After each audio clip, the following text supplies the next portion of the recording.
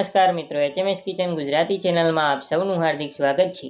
મિત્રો, આજે આપણે વરસાદમાં ખાવાની મજા આવે તેવા એકદમ ટેસ્ટી અને ચટાકેદાર એવા બ્રેડ પકોડા બનાવીશું। અને આપણે આ બ્રેડ પકોડા માટે ચણાના લોટનું બેટર બનાવવાથી લઈને તેનો ટેસ્ટી ચટપટો એવો બટેટાનો મસાલો અને બ્રેડ પર લગાવવામાં આવતી ગ્રીન ચટણી સાથે મિત્રો તમારા આ બ્રેડ પકોડા એટલા ટેસ્ટી બનશે કે તમે તેને વારંવાર બનાવશો। મિત્રો, બ્રેડ પકોડાને એકદમ પરફેક્ટ બનાવવા માટે તેનું બેટર બનાવવાથી લઈને તેને પરફેક્ટલી તળવાની બધી જ ટિપ્સ મિત્રો આગળ વિડીયોમાં જણાવેલી છે, તો વિડીયોને એન્ડ સુધી જરૂરથી જોજો। અને મિત્રો, તમે પણ આ રીતે આ બ્રેડ પકોડાની રેસીપી ઘરે ચોક્કસથી ટ્રાય કરજો, તમારા બ્રેડ પકોડા એકદમ પરફેક્ટ બનશે।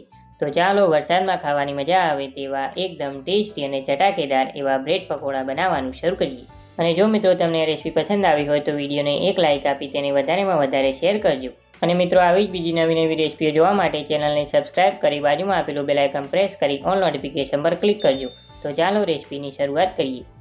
મિત્રો, ચેનલ પર નવા હો તો આવી જ બીજી નવી રેસીપી જોવા માટે ચેનલને સબસ્ક્રાઇબ કરો અને બાજુમાં આપેલું બેલ આઇકન પ્રેસ કરી ઓલ નોટિફિકેશન પ્રેસ કરો, જેથી અમારી ચેનલ પર મુકાતી નવી રેસીપીનું નોટિફિકેશન તમને સમયસર મળતું રહે। તો હવે સૌથી પહેલાં વરસાદમાં ખાવાની મજા આવે તેવા બ્રેડ પકોડા બનાવવા માટે આપણે સૌથી પહેલાં ચણાના લોટનું બેટર બનાવીશું। તો તેના માટે આપણે અહીંયા 1 કપ જેટલો ઝીણો ચણાનો લોટ લીધો છે। તો અહીંયા મિત્રો તમારે ખાસ લોટને ચાળીને પછી તેનો ઉપયોગ કરવાનો છે। તો હવે આ લોટને મિત્રો આપણે એક મિક્સિંગ બાઉલની અંદર કાઢી લઈએ અને હવે આ લોટમાં આપણે બીજી સામગ્રીઓ ઉમેરીએ। તો તેમાં સૌથી પહેલાં આપણે 1 નાની ચમચી જેટલું અથવા તો પછી સ્વાદ પ્રમાણે મીઠું ઉમેરીશું અને સાથે આપણે તેમાં 1 નાની ચમચી જેટલી હિંગ અને 1 થી 2 ચપટી જેટલો હળદર પાવડર ઉમેરીશું। તો મિત્રો, 1 નાની ચમચી જેટલી હિંગ ઉમેરવાથી આપણા બ્રેડ પકોડા પચવામાં સરળ રહેશે। અને જો તમારે આ બેટરમાં 1 નાની ચમચી જેટલો અજમો ઉમેરવો હોય તો તમે તેને હાથેથી ક્રશ કરીને પછી ઉમેરી શકો છો।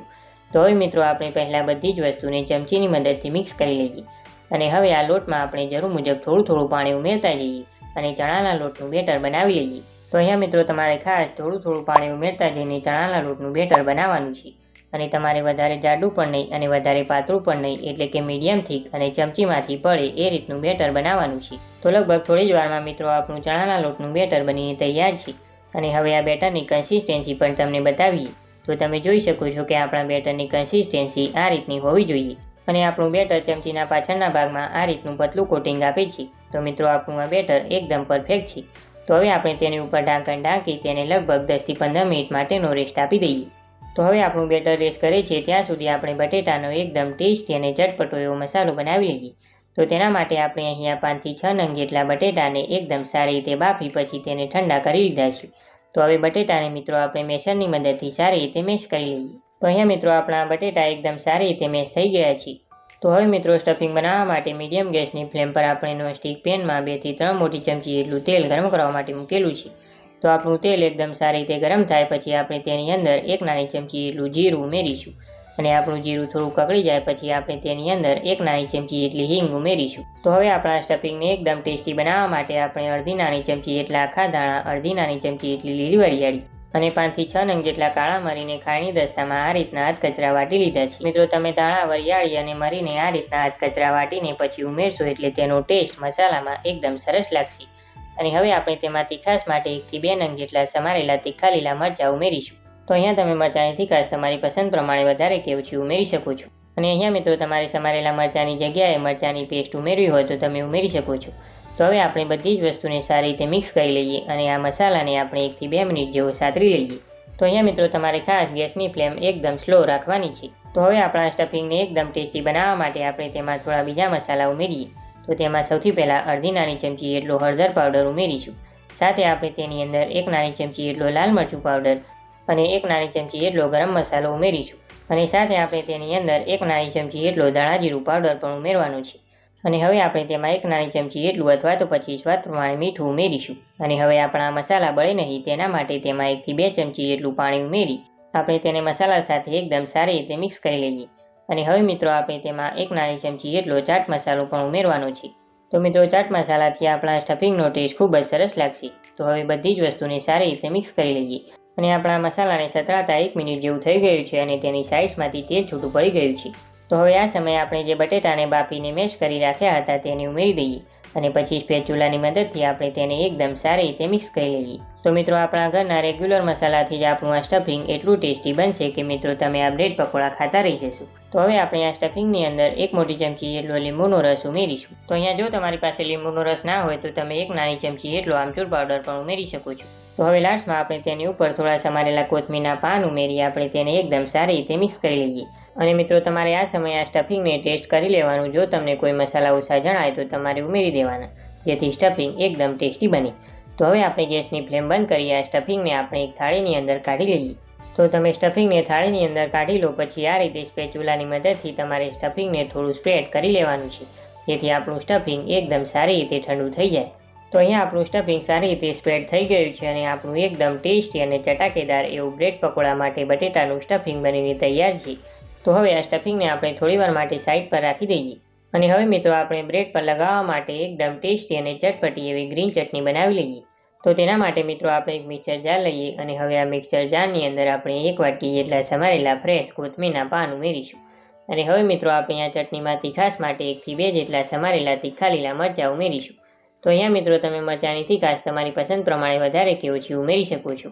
અને જો તમારે તેની અંદર 1 ઇંચ જેટલો આદુનો ટુકડો ઉમેરવો હોય તો તમે ઉમેરી શકો છો. અને હવે આપણે તેમાં લગભગ 4 થી 5 કળી જેટલું લસણ ઉમેરીશું.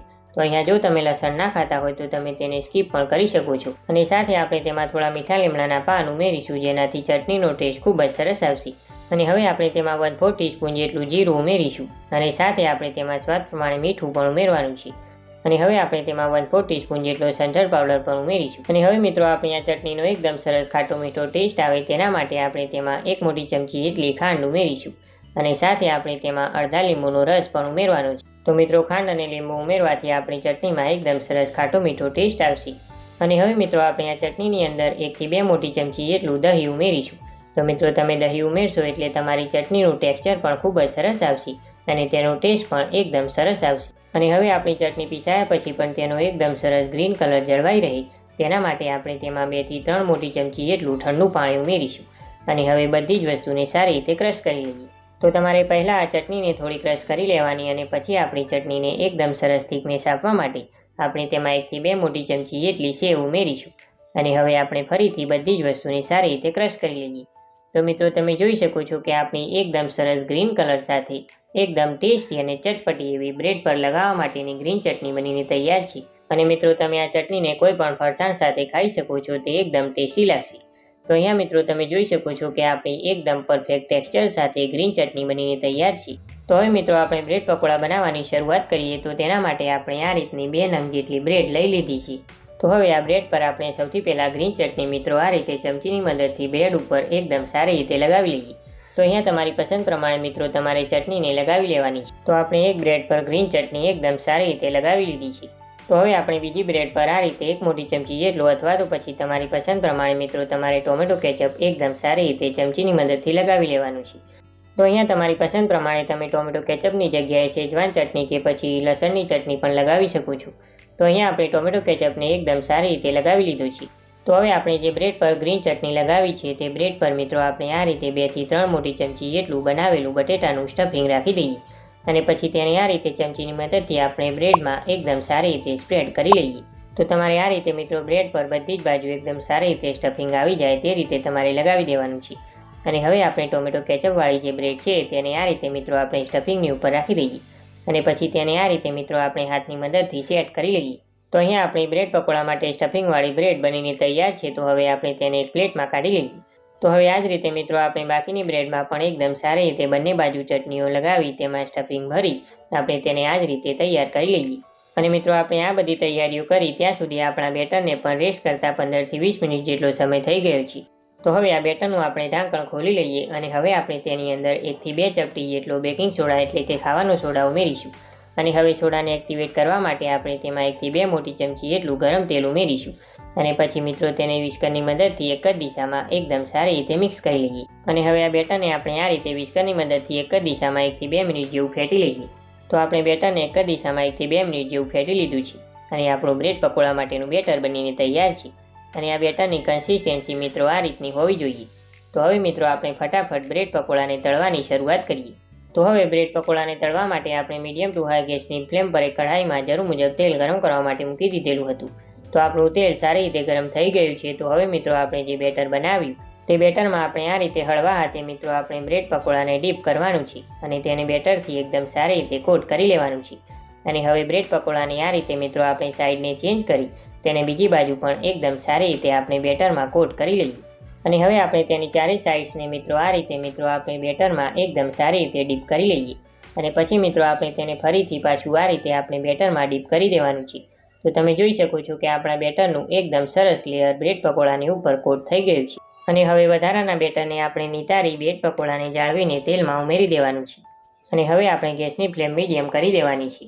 અને હવે આપણા પકોડાનું ઉપર એકદમ સરસ ક્રિસ્પી થઈને તળાય તેના માટે આપણે આ રીતે મિત્રો ગરમ તેલ ચમચીની મદદથી આપણે બ્રેડ પકોડાની ઉપર ઉમેરવાનું છે. તો મિત્રો આ એક ઇમ્પોર્ટન્ટ સ્ટેપ છે જેનાથી તમારા બ્રેડ પકોડા એકદમ પરફેક્ટ તળાશે. અને મિત્રો આપણા બ્રેડ પકોડા નીચેની સાઈડથી થોડા તળાઈને સેટ થઈ જાય ત્યારબાદ આ રીતે જારાની મદદથી આપણે તેની સાઈડને ચેન્જ કરી લેવાની છે. અને તેની બીજી બાજુ પણ મિત્રો આપણે આ રીતે ચમચીની મદદથી ગરમ તેલ મિત્રો આપણે તેની ઉપર આ રીતે ઉમેરવાનું છે. અને મિત્રો ખાસ મહત્વની વાત એ કે તમે જ્યારે બ્રેડ પકોડાને તેલમાં ઉમેરો ત્યારે તેલનું ટેમ્પરેચર વધારે ગરમ ના હોવું જોઈએ, એટલે કે તેલ મીડિયમ ગરમ હોવું જોઈએ.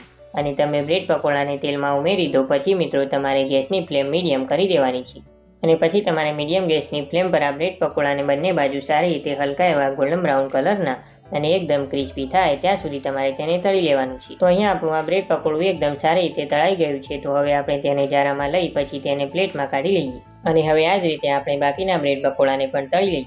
તો અહીંયા મિત્રો આપણા વરસાદમાં ખાવાની મજા આવે તેવા એકદમ ટેસ્ટી અને ચટાકેદાર એવા બ્રેડ પકોડા બનીને તૈયાર છે. અને હવે આ બ્રેડ પકોડાને તમને છરીની મદદથી કટ કરીને પણ બતાવીએ. તો તમે જોઈ શકો છો કે આપણા બટેટાનું સ્ટફિંગ અને બંને ચટણીના એકદમ સરસ લેયર દેખાય છે. તો હવે આ બ્રેડ પકોડાને આપણે ટોમેટો કેચઅપ સાથે અને બનાવેલી ગ્રીન ચટણી સાથે સર્વ કરીએ. તો મિત્રો તમે પણ આ વરસાદમાં ખાવાની મજા આવે એવા બ્રેડ પકોડાની રેસીપીને ઘરે ચોક્કસથી ટ્રાય કરજો. તમારા ઘરમાં બધાને ખૂબ જ પસંદ આવશે. હું આશા રાખું છું કે મિત્રો તમને આજની અમારી આ રેસીપી પસંદ આવી હશે. જો મિત્રો તમને આ રેસીપી પસંદ આવી હોય અને ખરેખર ઉપયોગી લાગી હોય તો મિત્રો વિડીયોને એક લાઇક આપી તેને વધારેમાં વધારે શેર કરજો.